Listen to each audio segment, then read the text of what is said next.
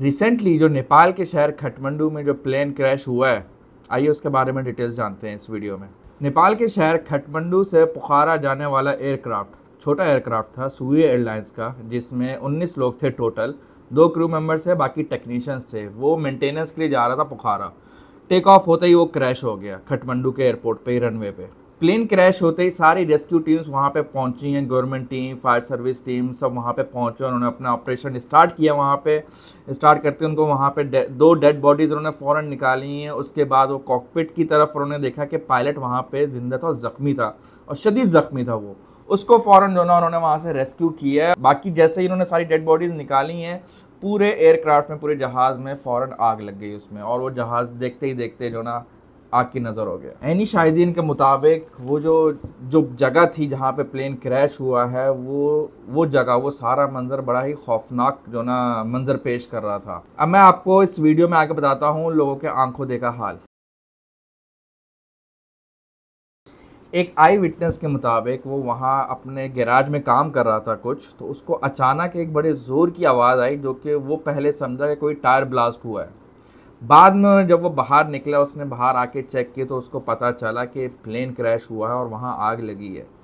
Plane जब crash हुआ है, ये जाके जो ना पहले कंटेनर पे लगा है, कंटेनर से के बाद जाके नीचे क्रैश हुआ है। अगर वो कंटेनर ना होता तो ये आगे रेजिडेंशियल एरिया की तरफ प्लेन बढ़ रहा था, वहाँ आगे क्रैश होता जहाँ पे मजीद जानी नुकसान होते, लेकिन उस कंटेनर ने मजीद जानी नुकसान से बचा लिया इन सबको। एक और विटनेस के मुताबिक वो लोग वहाँ पे 3-4 लोग थे जिन्होंने अचानक जो ना एक ब्लास्ट की आवाज़ सुनी, और उनको फर्स्ट तो यही लगा कि जो ना कोई कार एक्सीडेंट हुआ है, लेकिन बाद में उन्हें पता चला कि एयरक्राफ्ट जो ना क्रैश हुआ है। वो फ़ौरन ही उस जगह पे पहुँचे हैं, और बस उन्होंने देखा है कि वहाँ से काला धुआं उठ रहा है और आग लगी हुई है, और उनके वहाँ पहुँचने के बाद वहाँ पे सेकंड ब्लास्ट दोबारा हुआ है, और बहुत ही ज़ोरदार धमाका था वो। एयरक्राफ्ट जब टेक ऑफ हो रहा था, टेक ऑफ होते हुए राइट साइड पे जब वो टर्न हुआ है, वहीं पे कुछ मसला हुआ है, और वहाँ वो स्लाइड होके रनवे के ईस्ट साइड पे कंटेनर पे जाके ब्लास्ट हुआ है। 18 डेड बॉडीज को उन्होंने जो रेस्क्यू की थी, जिसमें से 17 डेड बॉडीज उनकी फैमिली को सुपुर्द कर दी गई हैं। एक जो डेड बॉडी थी वो यमनी नेशनल की थी। यमनी एम्बेसी इस वक्त नेपाल में कोई नहीं है, तो उनको फैमिली तक पहुंचाने के लिए उसमें थोड़ा टाइम लगा है। नियरेस्ट एम्बेसी से कांटेक्ट करके यमनी फैमिली को उनकी डेड बॉडी दी गई है। सूर्य एयरलाइंस का क्राफ्ट, जिसका रजिस्ट्रेशन नंबर है 9NAME, वो 24 जुलाई 2024 11:11 पे त्रिभुवन एयरपोर्ट से फ्लाई कर रहा था विद 19 पीपल ऑन बोर्ड। इस एयरक्राफ्ट का पायलट जो था, जो शदीद इंजर्ड था, सीरियस कंडीशन में था, जिसको फौरन ही काठमांडू मेडिकल कॉलेज में एडमिट किया गया, और जहाँ पे उसका सारा इलाज हुआ है।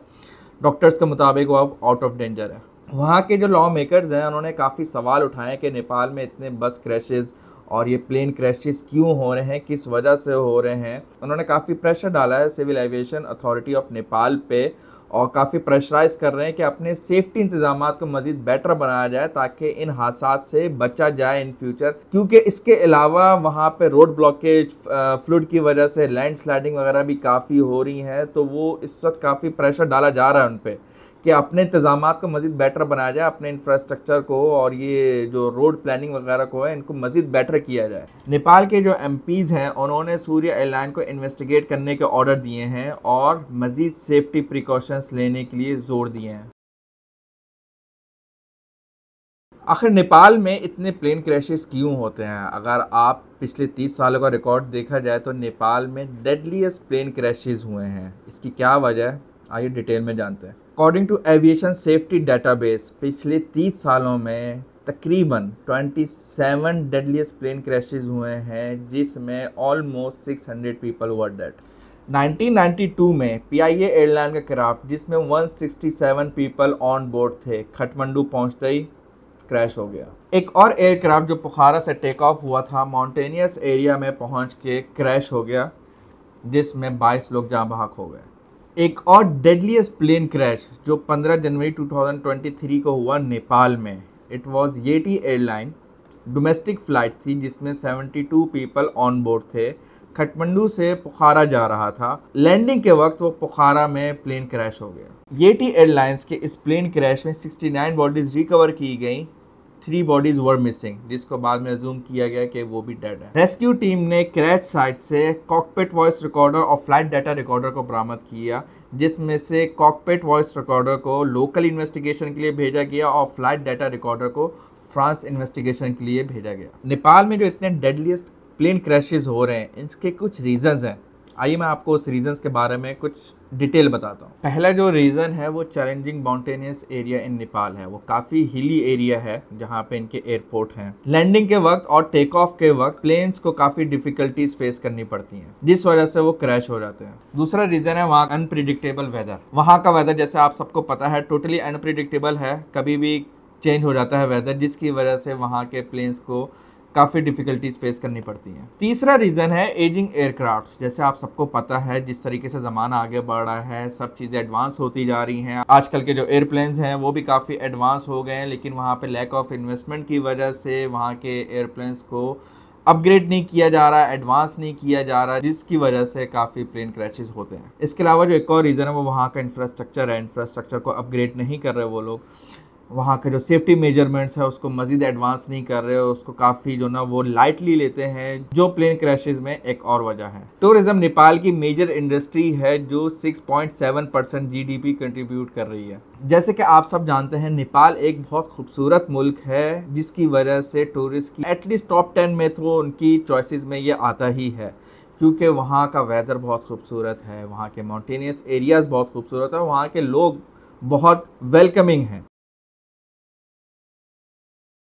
तेंजिंग हिली एयरपोर्ट नेपाल का सबसे ख़तरनाक एयरपोर्ट है, जिसको लुकला एयरपोर्ट भी कहा जाता है, क्योंकि ये लुकला टाउन में मौजूद है। ये चारों तरफ से पहाड़ों से घिरा हुआ है और इसी को गेटवे ऑफ माउंट एवरेस्ट भी कहते हैं। मैक्सिमम टूरिस्ट इसी एयरपोर्ट को इस्तेमाल करते हैं माउंट एवरेस्ट को एक्सप्लोर करने के लिए। ये एयरपोर्ट काफ़ी मुश्किल कंडीशंस में बनाया गया था। इसका रनवे बहुत छोटा है, स्टीपी है और स्पेस कम है रनवे की, जिसकी वजह से पायलट्स को काफ़ी जो ना मुश्किलात पेश आती हैं टेक ऑफ के वक्त, लैंडिंग के वक्त, क्योंकि ये चारों तरफ से पहाड़ों से घिरा हुआ है। ये एक और रीज़न है प्लेन क्रैशेस होने की। नेपाल का इंटरनेशनल एयरपोर्ट जो कि इनकी कैपिटल सिटी में काठमांडू में मौजूद है, Tribhuvan international airport. It is located in narrow valley. इसकी काफ़ी ट्रिकी जियोग्राफिकल लोकेशन है, इसी वजह से पायलट को काफ़ी टाइट स्पेस मिलती है टू टर्न एंड नेविगेट। और शायद यही एक रीज़न है जो अभी लास्ट प्लेन क्रैश जो हुआ है सूर्य एयरलाइन का, राइट साइड पे टर्न होते हुए। नेपाल का जो सेकंड इंटरनेशनल एयरपोर्ट है पोखरा में, जहाँ पे येटी इंटरनेशनल लैंडिंग के वक्त क्रैश हो गई थी, और ये एयरपोर्ट अन्नपूर्णा माउंटेन रेंज के बैकड्रॉप के अगेंस्ट बना हुआ है। ये एयरपोर्ट 1 जनवरी 2023 को ऑफिशियली ओपन हुआ है और 15 जनवरी 2023 को, मतलब कि सिर्फ 15 दिन बाद ही यहाँ पे एक ख़तरनाक हादसा पेश आया है येटी एयरलाइन का। येटी एयरलाइन का एक और प्लेन क्रैश जो 2008 में हुआ था, वो भी लैंडिंग के वक्त क्रैश हुआ था, जिसमें 16 ऑन बोर्ड थे प्लस 2 क्रू मेंबर्स थे। All got killed, only pilot survived. Nepal heavily rely करता है टूरिज्म पे, जैसे कि मैंने आपको पहले भी इस वीडियो में मेंशन किया है। टूरिज्म नेपाल की मेजर इंडस्ट्रीज में आती है। According to data published by Nepal tourism board in 2022, 600,000 से भी ज्यादा उन्होंने टूरिस्ट वेलकम किए हैं नेपाल में। 2013 में यूरोपियन यूनियन ने नेपाल बेस्ड एयरलाइंस को बैन कर दिया था to fly in its air space safety measurements की वजह से। 2015 में international aviation organization designated Nepal as a country in need of prioritize assistance, ताकि वो अपने सेफ्टी स्टैंडर्ड्स को इम्प्रूव कर सकें। लॉ मेकर से भी काफ़ी स्ट्रेस दिया है नेपाली एयरलाइंस को कि वो अपनी सेफ्टी मेजरमेंट्स को काफ़ी बेटर कर सकें, इस पर मजीद इन्वेस्ट करें, अपने सेफ्टी इक्विपमेंट्स और ट्रेनिंग इक्विपमेंट्स को मजीद अपडेट करें। नेपाली एयरलाइंस के जो एयरक्राफ्ट्स हैं वो आउटडेटेड हैं, मॉडर्न टेक्नोलॉजी से अपडेटेड नहीं है। न्यूजीलैंड जो कि एक नेपाल की तरह का ही माउंटेनियस एरिया है, उनके एयरक्राफ्ट्स वेल इक्विप्ड हैं with navigation system and satellite. वो स्नो स्टॉर्म में लैंड भी कर सकते हैं और माउंटेनियस एरियाज में इजीली फ्लाई भी कर सकते हैं। नेपाली एयरलाइंस पे काफ़ी प्रेशर होता है बिकॉज ऑफ लो बजट। इस वजह से वो अपने एयरक्राफ्ट्स में मॉडर्न टेक्नोलॉजी इक्विप नहीं करवाते और कहते हैं कि we don't need it right now. Being a traveller हम अपनी फ़्लाइट सेफ्टी के लिए ज़्यादा कुछ कर नहीं सकते हैं। हम मैक्सिमम इतना ही कर सकते हैं, हम जब ट्रैवल कर रहे हैं तो उस एयरलाइन की पास हिस्ट्री को चेक किया जाए, उनकी सेफ्टी मेजरमेंट्स पास रिकॉर्ड के हिसाब से चेक की जाए, स्पेशली ऐसी कंट्रीज में जहां प्लेन क्रैशेस ज़्यादा होते हैं। आप अपनी रिसर्च करके फ़्लाइट चूज़ करें, बाकी अल्लाह के हाथ में है सब कुछ। बाकी जैसे कि आप सबको पता है, नेपाल एक बहुत खूबसूरत मुल्क है, वहाँ के लोगों के दिल भी बहुत बड़े हैं, आपको बहुत ही ज़बरदस्त वेलकम करते हैं। वहाँ आप लोग ज़रूर विज़िट करें,